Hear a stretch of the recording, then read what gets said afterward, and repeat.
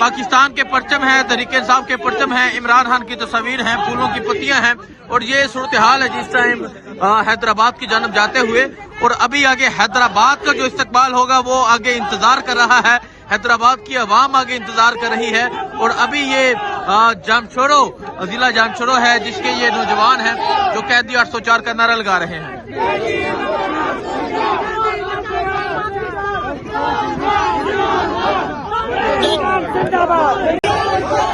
अस्सलाम वालेकुम सदर से वेलकम टू कराची।